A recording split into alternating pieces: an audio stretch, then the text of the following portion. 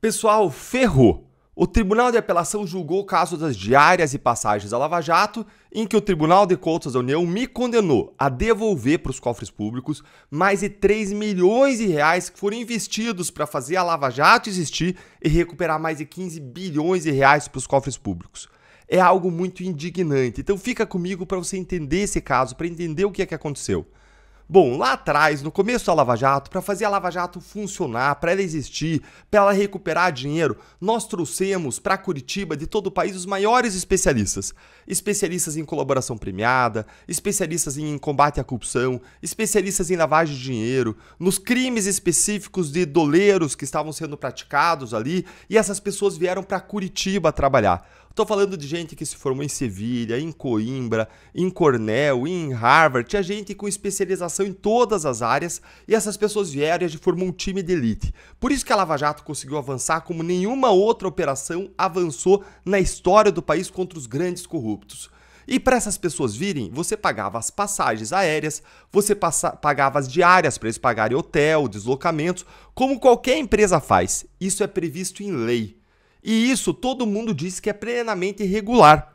Mas aí, anos depois da Lava Jato, anos depois desse sistema existir, e mesmo com esse sistema existindo até hoje, funcionando no Supremo Tribunal Federal, no Conselho Nacional de Justiça, no Conselho Nacional do Ministério Público, no Superior Tribunal de Justiça, é o mesmo sistema, aí o Tribunal de Contas da União focou só na Lava Jato, esqueceu os outros, e disse, olha, veja bem, esse modelo aqui, ele é legal, é o que a lei diz, é assim que tem que funcionar, mas veja bem, eu acho que foi antieconômico. E quem disse isso foram os ministros, 4 ministros, 3 deles delatados na Lava Jato. E para eles dizerem isso, eles passaram por cima de todos os pareceres da área técnica, de servidores concursados que disseram tudo o que aconteceu na Lava Jato foi legal, foi regular, não tem nada de errado. O Ministério Público do Tribunal de Contas da União disse que era tudo regular, tudo correto, nada de errado. Aí esses ministros políticos, eles vão e falam, olha, veja bem, era até legal, mas é antieconômico, deveria existir uma alternativa mais barata. Eles não fizeram a conta, não fizeram a planilha, e em coisa aí de 3 meses, uma velocidade inédita, no ano eleitoral em que eu me candidatei, eles me condenaram. E mais, eles disseram que além de nós termos adotado uma alternativa que era prejudicial, e me condenado a devolver para os cofres públicos mais de 3 milhões de reais com juros, com correção aí, somados, vai passar de 3 milhões de reais. Além de tudo isso, eles disseram que eu teria praticado um ato de improbidade administrativa doloso, algo impossível, que você não tinha nem que cogitar nessa situação, mas eles condenaram porque isso me tornaria inelegível no ano da minha candidatura. E aí o que aconteceu? Aí aconteceu que eles mandaram esse caso para o Ministério Público. O Ministério Público olhou aquilo e falou, não tem nada de improbidade administrativa aqui, e arquivou, falou, não tem improbidade. Mas o problema é que a conta financeira, a multa aplicada lá de mais de 3 milhões, seguiu, porque o Ministério Público só olhava a improbidade, falou que não tinha nada de improbidade. Nós entramos com ações na justiça para contestar esse absurdo, essa decisão absurda desse tribunal político. E o que o juiz da primeira instância disse? O juiz da primeira instância anulou a atuação do Tribunal de Contas e disse, olha, tem até indícios aqui de quebra de impessoalidade. O que ele quer dizer? Num bom português, existem indícios de perseguição política. Vamos lembrar que o tribunal que me julgou, que me condenou pelas mãos de 4 ministros, mais uma vez, 3 delatados na Lava Jato, e quem conduziu o caso é exatamente o Bruno Dantas, alguém que buscava ser escolhido por Lula como ministro do Supremo Tribunal Federal, alguém que todo mundo sabe que é aliado de primeira hora do Renan Calheiros, seu padrinho político, alguém que estava no jantar de lançamento da pré-candidatura do Lula, lá junto com o Renan Calheiros, com a mão no ombro dele, tirando uma foto.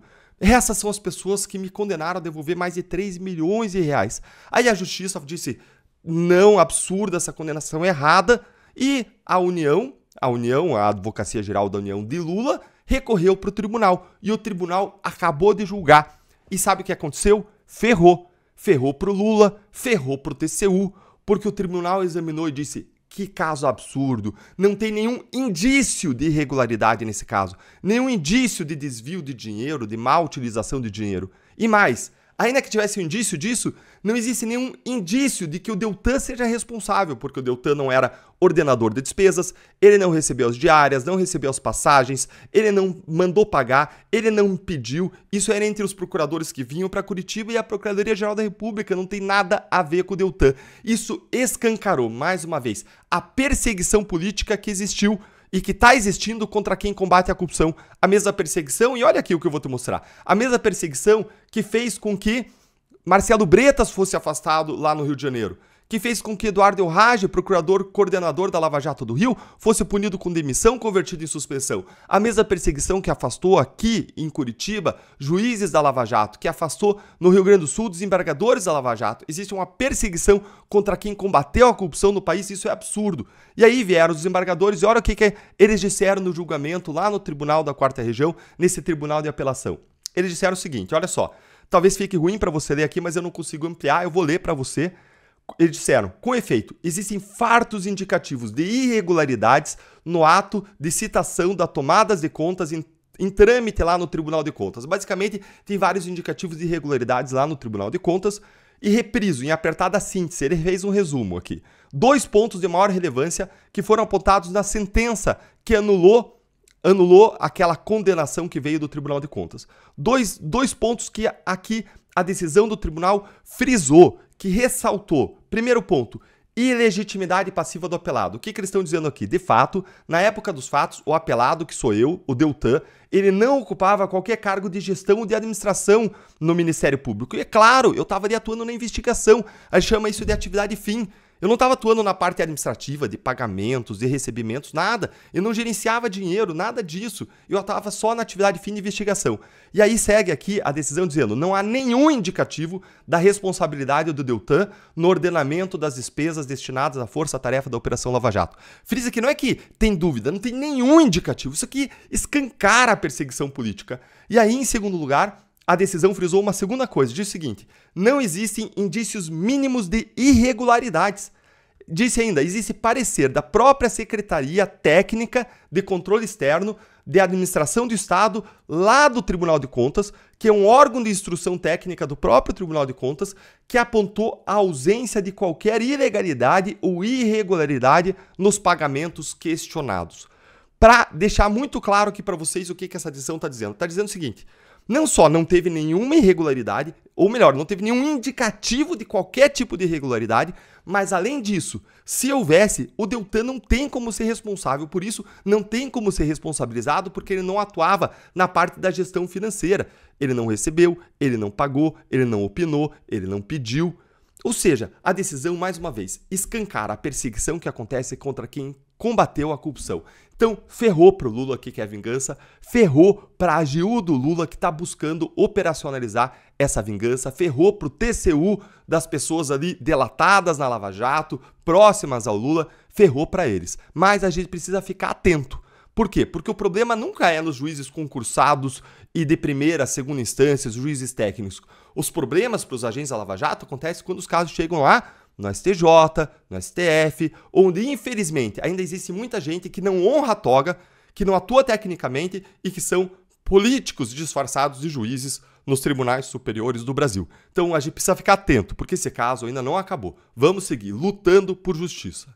E para fechar, se você quer lutar com a gente por justiça, quer seguir lutando contra a corrupção, para recuperar o combate à corrupção, para proteger quem lutou contra a corrupção e mais, retomar os instrumentos que foram destruídos pelo Supremo Tribunal Federal, pelo Congresso Nacional, o campo para essa luta é a política. E nós estamos agora próximos à eleição, nós precisamos eleger muitos guerreiros, pessoas que vão defender o combate à corrupção, que vão se colocar contra todos os tipos de abuso, seja os abusos do governo Lula, seja os abusos da corrupção, seja os abusos do Supremo Tribunal Federal, dos políticos que usam toga. E para isso, nos ajude a erguer um time. Para isso, vote 30, vote novo. Esse é um time que não se encolhe lutando contra os donos do poder do Brasil que praticam todo tipo de abuso. Eu conto com a sua ajuda.